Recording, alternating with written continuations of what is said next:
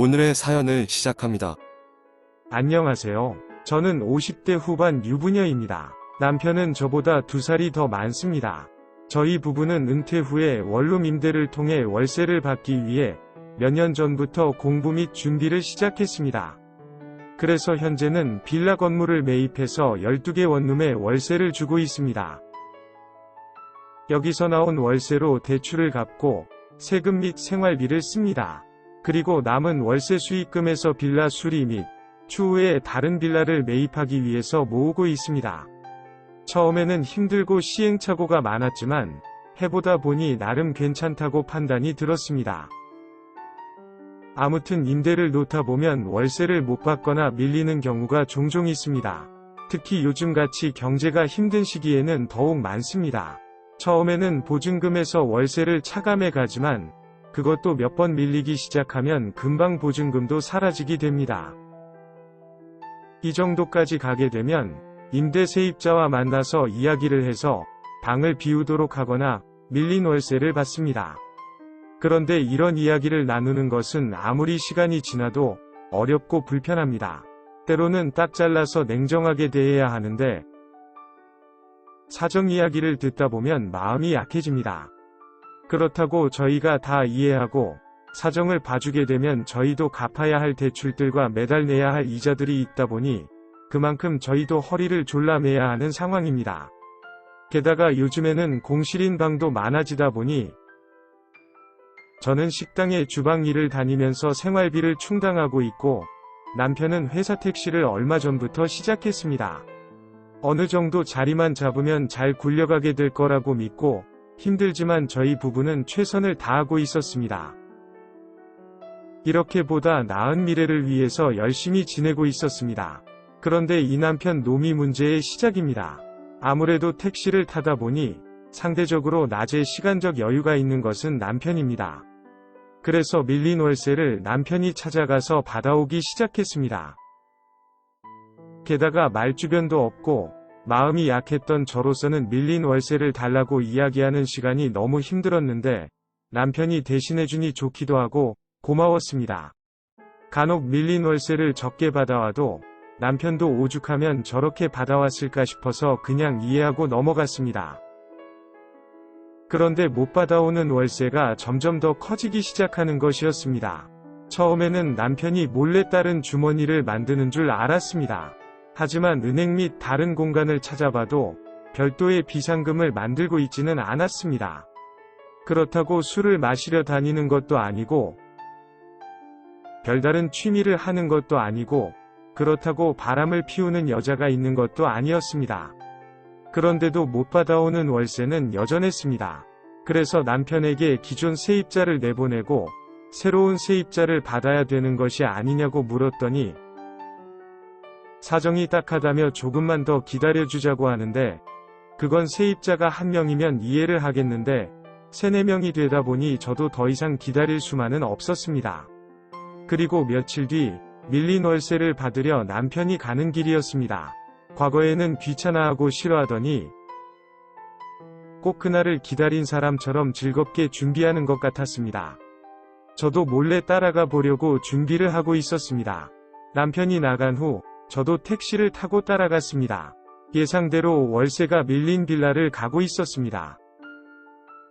그런데 세입자들이 환하게 웃으면서 문을 열어주었고 남편도 웃으면서 들어가는 것이었습니다.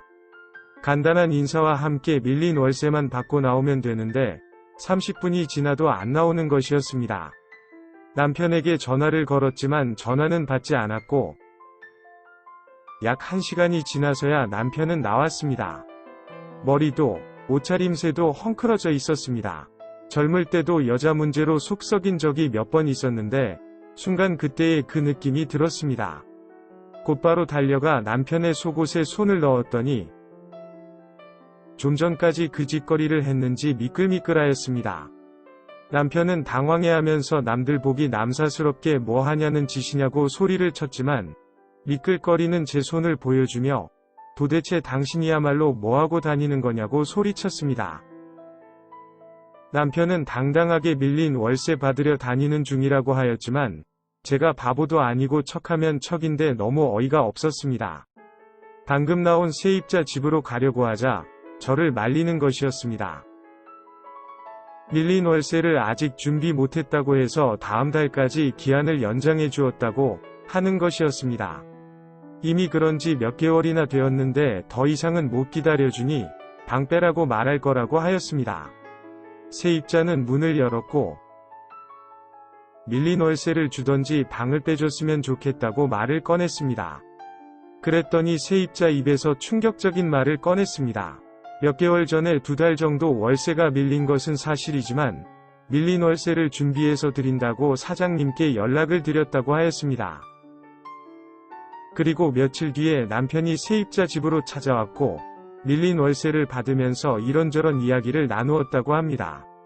그러면서 세입자가 윗집 세입자한테 이야기를 들었는데 한 달에 2~3번 잠자리를 가져주면 월세를 줄여준다고 하던데 자기도 그렇게 해주면 안 되냐고 남편에게 제안을 했고 남편이 동의해서 몇 개월째 그렇게 하고 있다는 것이었습니다.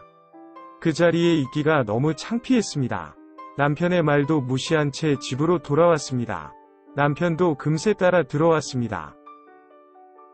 잘못했다며 다 수습해 놓겠다고 하는데 지금까지 세입자들 만나면 서로 인사도 하고 얘기도 나누었는데 그 중에 남편과 저딴 말도 안 되는 거래를 한 사람이 얼마나 있었을 것이며 거래한 그들이 저를 보고 속으로 얼마나 비웃었을지 생각하니 미칠 것만 같았습니다. 남편한테 딸 같은 애들한테 돈을 빌미로 그러고 싶었냐고 소리쳤지만 아무 말도 못하면서 미안하다고 하였습니다. 더 이상 창피해서 같이 못 살겠다면서 이혼하자고 하였습니다. 그리고 짐을 싸서 집에서 나왔습니다. 자취하고 있는 큰딸 집으로 갔습니다. 남편에게 연락을 받았는지 저를 보자마자 하루 지내시면서 화해하시고 집으로 돌아가라는 것이었습니다. 본인도 창피했는지 딸한테 왜 싸웠는지 말을 안 한 것 같았습니다. 저는 여자 문제로 남편과 한 번 더 문제가 생기면 이혼을 하기로 이미 굳게 마음을 먹은 상태였고 요번 일 있기 바로 전 여자 문제가 있었을 때 남편에게도 말한 적이 있었습니다.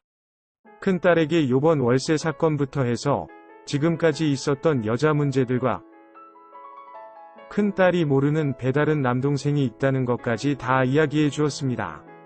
그러면서 엄마는 이혼을 할 것이니 너의 입장은 네가 알아서 하라고 하였습니다. 딸은 적지 않은 충격을 받았는지 아무 말도 못하고 멍하게 앉아 있다가 나갔습니다. 2시간쯤 지났을 무렵 시집간 둘째 딸이 왔습니다. 모든 사실을 다 들었는지 저를 그냥 안아주었습니다. 김서방이랑 다 이야기가 끝났다면서 앞으로 자기가 모신다면서 자기네 집으로 가자고 하였습니다. 이제 결혼한 지 얼마 안 된 신혼집에 제가 가는 것은 아니라는 생각이 들었습니다. 그것도 좋은 이유로 가는 것도 아니고 장인의 여자 문제로 이혼할 장모님이 가는 것이기에 더 안 간다고 하였습니다. 당분간 큰딸 자취방에서 지내다가 이혼하고 재산 정리되면 집 구해서 큰딸이랑 같이 살 생각이라고 하였습니다. 한참 동안을 저를 설득하고 있는데 남편이 찾아왔고 딸들은 남편을 벌레 보듯이 쳐다보면서 나가라고 소리쳤고 다시는 자기들 얼굴 볼 생각도 하지 말라고 하였습니다. 현재 이혼 소송 진행 중이며 큰딸 자취방에서 지내고 있습니다. 딸들에게는 너무 미안하고 부끄럽지만 저를 이해해주고 응원해 주어서 너무 고마울 따름입니다. 딸들과 사위에게 짐이 안 되는 엄마가 되도록 더 열심히 살아야겠습니다. 오늘의 사연은 여기까지입니다.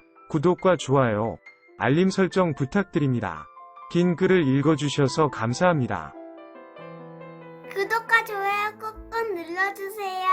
꾹꾹.